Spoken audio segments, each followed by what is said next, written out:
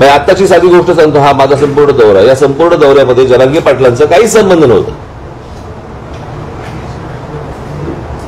म्हणजे त्यांचा विषय पण नव्हता. पण त्यांच्या आंदोलनाच्या मागून शरद पवार आणि उद्धव ठाकरेंसारखी मंडळी ज्या प्रकारचं राजकारण करतायत, जे मला मराठवाड्यामध्ये दिसतंय, आणि यातला अजूनही दुर्दैवाचा भाग की या मराठवाड्यामधले काही पत्रकार या सगळ्या गोष्टींसाठी म्हणून इन्व्हॉल्व्ह झालेले आहेत. म्हणजे मला त्यांची नावही माहिती आहेत, मला कळलं का, ती योग्य ठिकाणी जातीलही, त्याच्या इन्क्वायऱ्या सुरू पण होतील. म्हणजे कोणाला पेवर ब्लॉकचे कॉन्ट्रॅक्ट्स मिळाले आहेत, कोणाला MIDC मध्ये जागा मिळाल्या आहेत, कोणाला किती पैसे मिळाले आणि त्याच्यातनं कशा गाड्या घेतल्या गेल्या आहेत, कळलं का. अशा सगळ्या गोष्टी माझ्या कानावरती आलेल्या आहेत.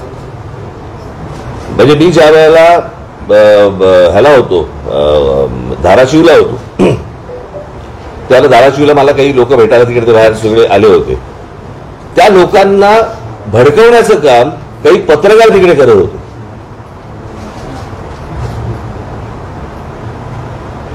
मी ज्यावेळेला त्याला सांगितलं की तुम्ही वरती या, त्यावेळेला नाही, चला खालती चला, खालती चला, हे सांगणारे पत्रकार होते.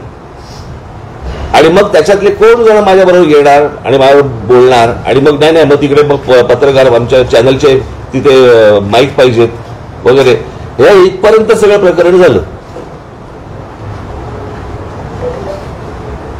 त्यातले जे 2 जण होते ते पूर्वीचे असं म्हणतात, ते म्हणत होते की पूर्वीचे आम्ही शरद पवारांच्या जवळचे, त्याचे फोटोही आहेत. आता पूर्वीचे तुतारी बरोबर पूर्वीचे फोटो कसे असतात हे मला कळलं नाही.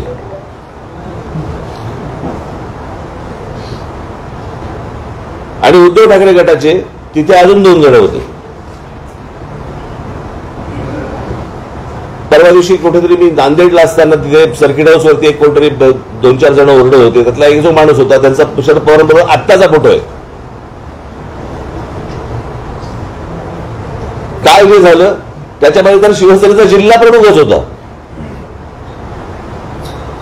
म्हणजे या सगळ्या गोष्टींशी हे सगळं अख्खं काय झालंय, लोकसभेचा जो निर्णय लागला त्या लोकसभेच्या निर्णयानंतर ह्यांना वाटलं की मराठवाड्यामध्ये आपल्याला मतदान झालं. पहिली गोष्ट मला असं वाटतं शरद पवारांनी आणि उद्धव ठाकरे दोघांनी समजून घ्यायला पाहिजे की ते नरेंद्र मोदी आणि अमित शहा यांच्या विरोधातलं मतदान होतं, त्यांच्या प्रेमाखातर मिळालेलं मतदान नव्हतं. मी नेहमी सांगत आलो की विरोधी पक्ष कधी जिंकत नसतो, सत्ताधारी हरत असतात. आणि त्याच्यामुळे ते जे अँटी वोट जी त्यांना मिळाली, मुस्लिम समाजाने देशभर मोठ्या प्रमाणावरती जे अँटी मोदी वोटिंग केलं, किंवा दलित बांधवांनी जे देशभर की संविधान बदलणार या सगळ्या गोष्टींसाठी, आता संविधान बदलणार हे भाजपचाच माणूस बोलला होता ना, इतर कोणी नरेटिव्ह केलेलंच नव्हतं. पण ते जे लोक भडकले होते ते मतदान या सगळ्या लोकांना झालं. इथे त्यांना असं वाटते की ते त्यांच्या प्रेमाखातर झालंय, ते त्यांच्या प्रेमाखातर नाही झालंय. आणि त्यांना असं वाटतंय की येणाऱ्या विधानसभेला देखील त्याच प्रकारची खेळी खेळावी. देश विदेशातील प्रत्येक घडामोडींचे लाईव्ह अपडेट मिळवण्यासाठी आता साम टीव्हीच्या सर्व सोशल मीडिया प्लॅटफॉर्मला लाईक, फॉलो आणि सबस्क्राईब करा. तसंच सर्व नोटिफिकेशनसाठी बेल आयकॉन प्रेस करायला विसरू नका.